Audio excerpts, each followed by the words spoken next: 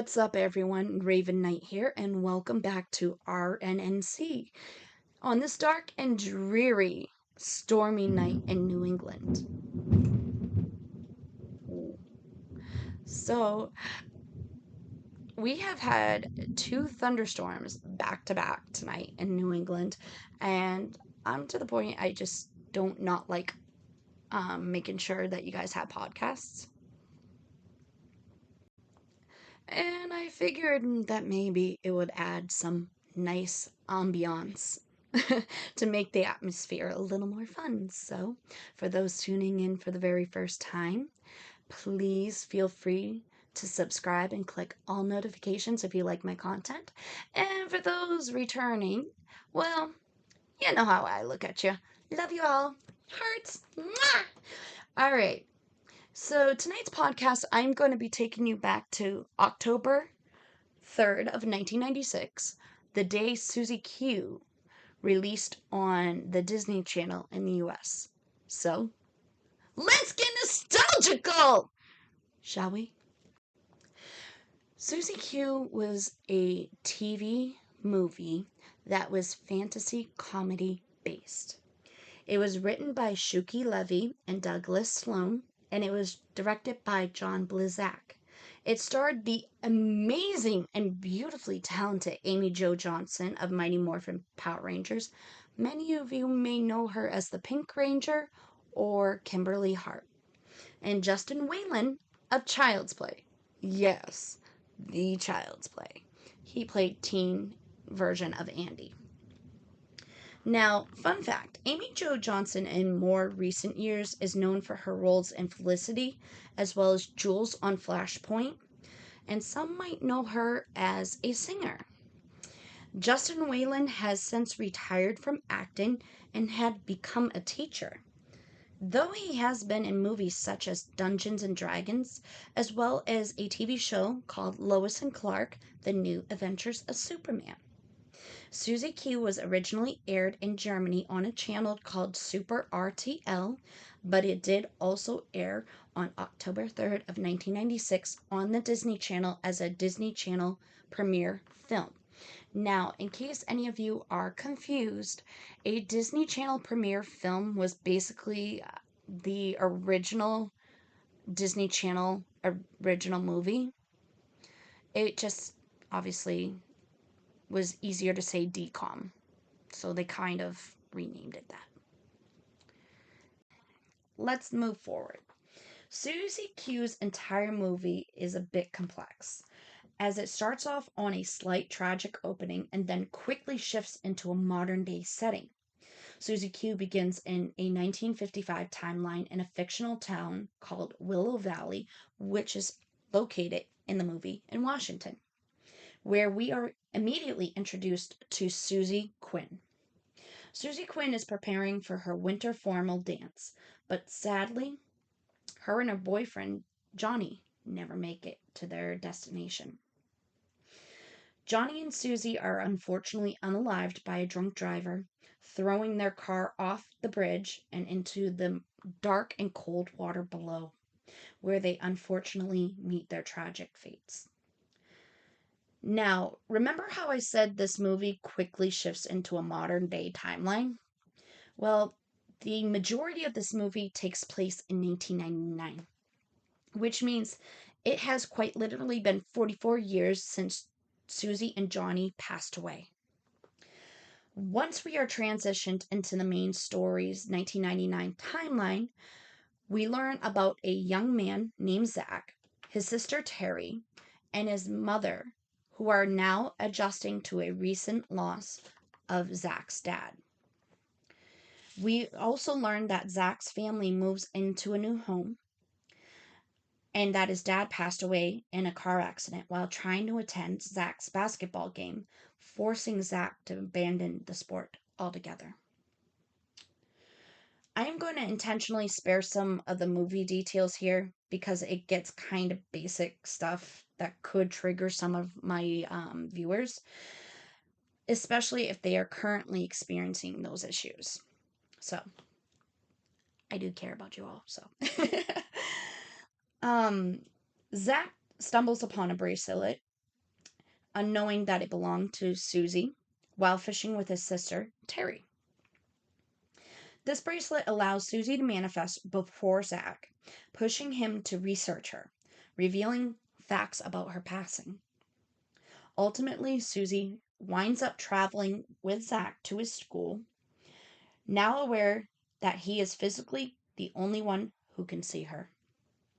And realizing he is easily distracted by some of the girls from school, as in what teenage boy wouldn't be, Susie goes to the extreme and rips off part of her remaining winter formal dress to regain his focus. Yikes. Keep in mind, this movie debuted in 1996. If this was in 2024 or any of the 2020s, this may not have been allowed on kids' TV. Just saying. Susie begs Zach to help her find out about her parents' whereabouts and well-being. She then begins causing scenes in public in an attempt to pressure Zach into helping her. And it actually works. I mean, doesn't sound a bit crazy to me or anything. Upon Zach finding the Quins, it is later revealed that they are being forced to pay a hefty $25,000 back to their bank due to a missing title deed. This is now stressing Mr. and Mrs. Quinn that they could go homeless. However, we are introduced to a man named Roger that is using this as a scheme to push Willow Valley into complete deficit. Susie reveals that she recalls her granddad was looking for the deed for Willow Valley, leaving Susie to believe that she cannot cross over because she did not finish helping her granddad find it, rather than push for him to rest. Whew. Like I said, lots of information. Terry discovers the Quins own the town. Yes, Susie Q's family owns the town of Willow Valley, and therefore it legally belongs to them. Zach then locates the title deed, which draws the attention of the local law enforcement, and an informant for Roger brings this to his attention, which makes him alter his plans altogether. Terry and Zach are unfortunately arrested until Susie scares the cops into letting them go. Yay, Susie! Proud of you, girl! Once the cops let them go, Terry and Zach go to their mother, a news anchor, with the information and reports it all, revealing the Quins' entire history for Willow Valley. The bank then resends their request for the $25,000 debt and then apologizes to the Quinn family. Now, you remember Roger, right? Well, his last name is Kovich. The Kovich family tries to skip town in hopes to evade Roger's impending prosecution. Balance is officially restored in Willow Valley as Zach officially returns to basketball in respect of his late father, in which Susie Q aided in by providing Zach his father's old playbook, which led them to victory. This also leaves Susie to return to the bridge in which she had passed. And of course, Zach asked the biggest cliche to Susie ever. The "what's going to happen to me now that you have crossed over" bit. A lot of movies during this time was nothing but cliches. Susie reassures Zach that he'll be fine and his life is just beginning. She reunites with her boyfriend Johnny as well as her granddad in the car and they depart for heaven. But not before Susie gives Zach her bracelet and gives him an emotional goodbye. Zach then returned the same emotional greeting by also admitting to Susie that he fell in love with her. How cute. It actually makes me want to cry. We are then left off on a silly note when Susie's granddad wakes up in the car and calls her Betsy, which is actually her mom's name, leaving her to correct him and encouraging him to go back to sleep because they have a long drive to get to heaven. The final moment was Zach meeting Maggie, a girl who is literally identical to Susie in every way. This last scene led fans into believing Susie was reincarnated as Maggie. So I hope you all love interesting fun facts because I got 3 good ones that some of you may not have known or maybe none of you knew. And one of them might actually leave you speechless. Susie Q was the first ever Disney-related film that Saban Entertainment and their affiliates produced. I'm going to pause right there. Think about what I just said.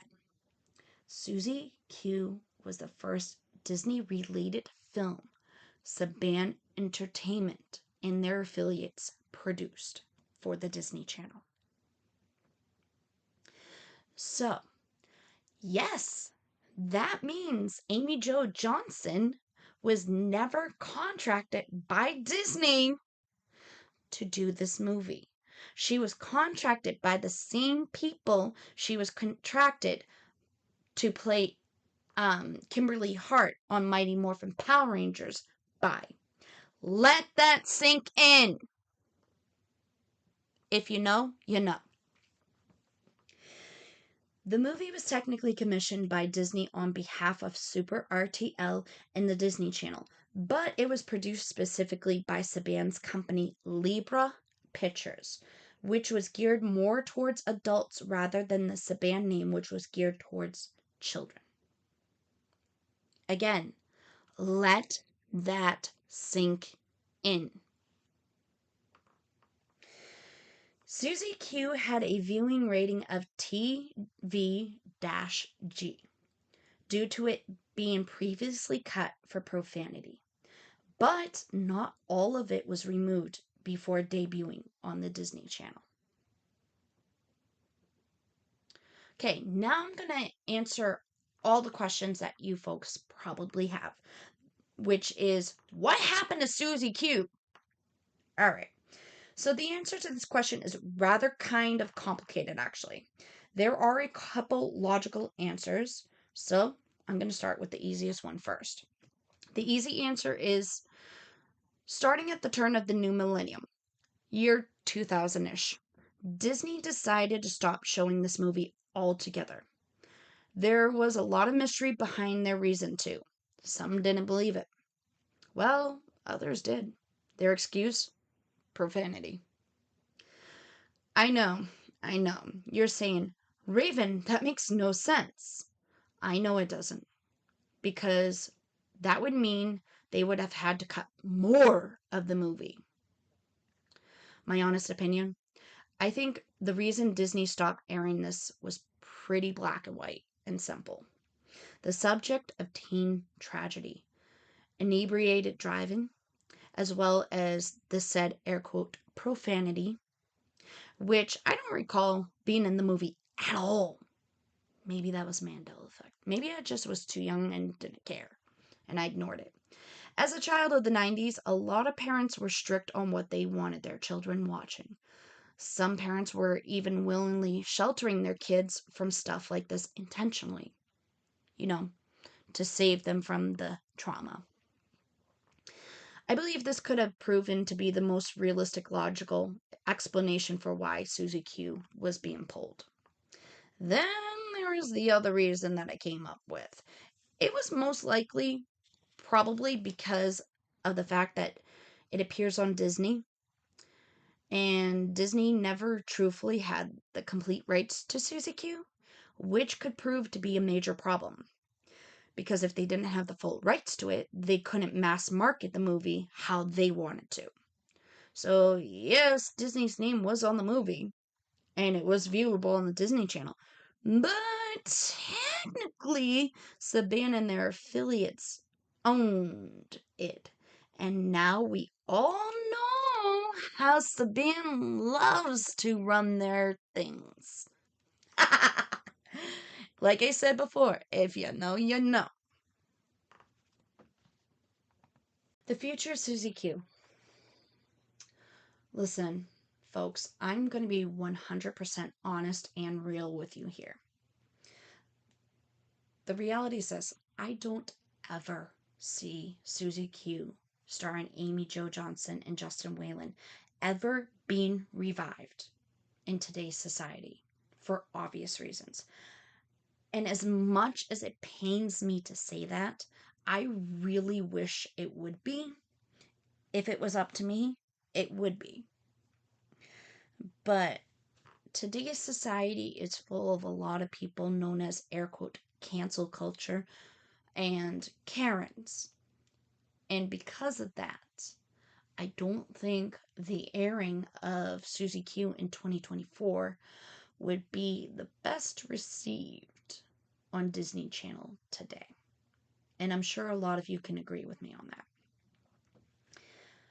Now, that being said, you know how some people are going around and saying they have their reasons why they do not like Disney or support Disney Corporation anymore? Well,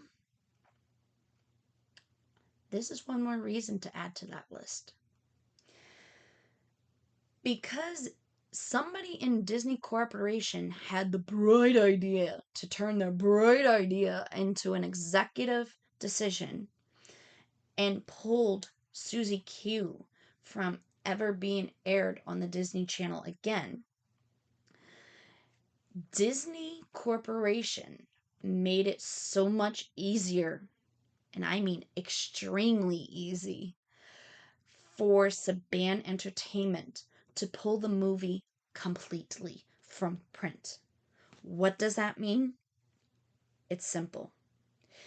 If you ever have that rare moment that you hop on eBay and happen to find a copy of this, whether it's a VHS or a DVD, you're going to be paying a lot of money for that copy. And I don't mean $30 to $40, maybe as low as $20.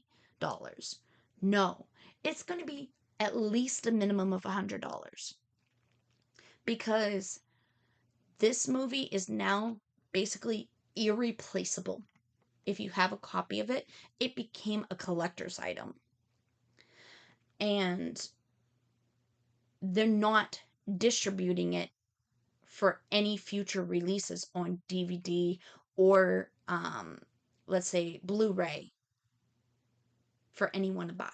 It's not like you can go to your local Best Buy or Walmart and pick up a copy. It's basically non-existent. Now, if that doesn't make you mad enough, I have to add a little bit of an eerie factor into this. The ironic part of this whole scenario is, other than simple things like a Wikipedia, an IMDb page, and a few other somewhat rare mentions on random sites such as YouTube, Pinterest, Instagram, and that super rare occasion that a nostalgia page posts about it on Facebook, there is literally no mention of Susie Q anywhere anymore. It's almost like all things related to it were completely wiped from the internet. Almost like they wanted us to completely wipe her from our minds. Sound familiar? Sound like a Mandela effect? Let that sink in. So, that being said, the saddest reality must come to be. As I said earlier, there may never be a relaunch of Amy Jo Johnson's Susie Q on our horizon. However, I did try to leave you on a positive note. The positive note is this: you can have a small window of chance to meet Miss Amy Jo Johnson at a Power Rangers convention, or you can have a chance to meet her at a Comic-Con. So, if you're interested in looking that up, try typing into Google what Comic-Cons are near you, or Power Ranger conventions. I mean, it's a pretty cool experience. And for those who don't know, I actually met her once before, And she is the most terrific human being and definitely loves meeting her fans. And I am saying that after meeting at least 2 other Power Rangers. One of them was JDF. Rest in peace. So if you ever get a chance to meet her, thank her for being part of your fandom life and childhood. And maybe see if she can push to have it relaunched. Please and thank you. All right, everyone. As you expected, this is the end of my podcast. So thank you for tuning in today. And I hope you all have a wonderful and nostalgic day. I hope you liked the occasional ambiance of the rainstorm here in New England, too. And until next time, bye!